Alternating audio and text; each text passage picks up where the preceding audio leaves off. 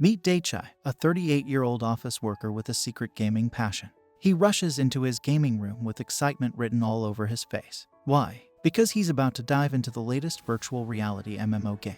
Despite his age, gaming is his escape route to feel young and all-powerful again. He logs in and meets the character creator screen. Now, Taichi is no show-off. In the gaming world, he's not the flashy main character type. He knows he can only play for a couple of hours a day due to his job. Plus, he doesn't want to be a bother to other players, so he plans on flying solo most of the time. To make himself even less party-friendly, he chooses some unusual skills. He goes for archery, even though it's known for terrible accuracy. Then he picks up medicine skills, which are kinda pointless because potions are dirt cheap from the in-game NPCs. His kick skill is nothing special, and his wind magic isn't great against fire and earth spells. He also has this sneaky ability that chews up a lot of magical power, and becomes useless if he moves too much. But to balance things out, he tosses in a bit of improved physical ability. Taichi's character ends up with skills like long-distance vision, fingertip woodworking, and cooking. Out of these, 6 of them are pretty weak. He names his character as Earth. With all this sorted out, he finally enters the game world. In this game, you can pretty much do whatever you want. It's launch day, and the place is packed. Earth quickly realizes that he's the only one who chose to be an archer. And just when he's soaking it all in, a guy named Ward comes along and knocks him down. Ward is all flashy, like a billionaire on a shopping spree. He makes fun of Earth for picking a bow as his main weapon, saying bows are useless. So there's Earth lying on the ground, while Ward and his gang laugh it up and walk away. Earth decides to head to the training hall instead. He's inspired by all the other players working hard to get better at the game. He goes to the shooting range, but his first shot is so bad that it's almost funny. He can see now that bows are even worse than the rumors say. But does he give up? Nope. He keeps shooting, and by the time he hits his 100th shot, his archery skill levels up by 5.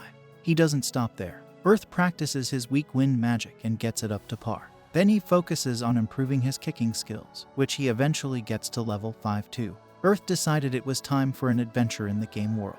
He had leveled up enough to not get squished immediately. But, whoa, his excitement got squashed pretty quickly when he stepped out and saw the hunting grounds were more crowded than a bus during rush hour. People were fighting over monsters like they were the last piece of pizza at a party. So, Earth thought, you know what? I'm going herb hunting. He used his fancy long-distance vision to spot some herbs, and he started picking them. But here's the twist. He had no clue what these herbs were. So, Earth packed up his bag and went back to town to get them checked out. At first, figuring out what they were felt like trying to do calculus in the dark, but eventually, he got the hang of it. He even sorted them out and got his medicine skill up to level 3. Now, here's where things get spicy. He accidentally grabbed a herb called the suffocation herb. The name alone is a dead giveaway, right? If you ate it, you'd stop breathing and join the celestial choir. Earth was like, who thought putting this in the newbie zone was a good idea? So, what's Earth's plan?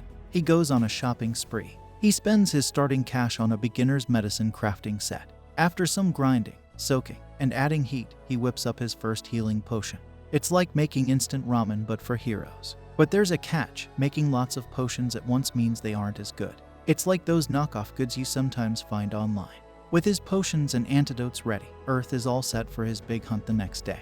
Making all this stuff levels up his medicine and production fingertip skills. He's like a pro chef of healing potions. The next day, he heads out to the field, and guess what? It's not as crowded as before. No more monster battles. While he's lost in thought, a rabbit hops out of the bushes. Earth gets his bow ready, but reloading it is a pain. He takes a shot, but the rabbit's like, not today, and dodges it. But Earth doesn't give up. He dashes in for a counterattack and hits the rabbit's leg.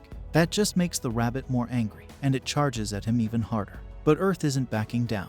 He pulls off a double kick like it's straight out of a fighting game, and bam, the rabbit's toast. It drops some loot, and Sway can't help but laugh at the absurdity of it all. He even mimics the rabbit's noise. Laughter is his superpower, apparently. His buddy Millie apologizes for his weirdness, and introduces her friend Sway, who thinks he's cool. They send him a friend request and plan to be a strongest duo, but Earth's not buying it. After this adventure, Earth decides he needs more practice because it took him ages to take down his first target. He tries again, but the rabbits are onto him. So, he remembers he has a sneak skill and uses it to hide until he's ready to shoot. This time, he's a pro. He even manages a critical hit, which he calls a pinpoint hit. Combining these skills makes him a force to be reckoned with. Earth finally figures out his next move, logging out and getting some beauty sleep because work awaits him the next day. The next day, Earth found himself back online for more gaming action. He grabbed a piece of bread, but he quickly realized that the food the NPCs were selling in the game was as disappointing as a birthday without cake. You see, in this game, you could actually taste the food, and Earth had high culinary standards. He was practically a Michelin star food critic trapped in a gamer's body. So, what did he do? He ended up in some alley, bought a seasoning and cooking set, and got to work. First, he tried pan-searing some rabbit horn meat with just salt and pepper, but it turned out as tough as an old shoe. The game system gave it a score of 2 out of 10. Not great, but Earth wasn't giving up. He cooked another piece of meat, added some herbs to make it less gamey, and voila, it was more tender and yummy. The system loved it, giving it a score of 5 out of 10. Still, he wanted to bump up that score, so he parboiled it before searing it in a pan. Now, the smell of his cooking wafted into the busy streets, and players started drooling. Other players, curious about the delicious aroma, gathered around. They had never smelled anything like it in the game world. Earth was like a virtual Gordon Ramsay. Meanwhile, he perfected his dish with a score of 7. Now, here's where it gets funny. The crowd demanded he share his mouth-watering rabbit steak. Earth, inspired by YouTube entrepreneurs, decided to charge them 100 glow per steak. That's 20 times the cost of a boring old bread from the NPCs. Surprisingly, the crowd didn't object. They practically begged him for a taste. As he worked like a mad chef, crafting steak after steak, his customers couldn't wait and heckled him for being too slow. He spent that evening in a virtual hell's kitchen. But all the hard work paid off. He reached level 20 in his cooking skill. The customers even had a sign to mark the end of the line. After escaping the kitchen madness, Earth decided to make himself a new bow since no one was selling one. He used his woodworking skills to craft a basic bow from a single piece of wood. It was better than his starter bow, but still weak against decent monsters. Learning from that, he made a compound bow from flexible wood sandwiched between 2 hardwood pieces. This made it 3 times more powerful. Feeling like a medieval fashionista, he got some armor and upgraded his trip. Well, his stats got better. With his new equipment, he spotted higher-level monsters and used his sneak skill to get closer to a wall. After taking it down, he activated wind magic to defeat a spider and used a wind cutter on a monster worm. They all dropped some fancy loot, leveling up his archery skill and a few others. Tired but satisfied, he decided to call it a day since he was running low on arrows. Back at his virtual home, he noticed positive feedback on his vending machine. Little did everyone know that a new game system was about to attack brutally. Players panicked, rushing to the main area, desperately looking for potions and anyone with the medicine skill. They were willing to pay top dollar for potions because the NPCs ran out of stock.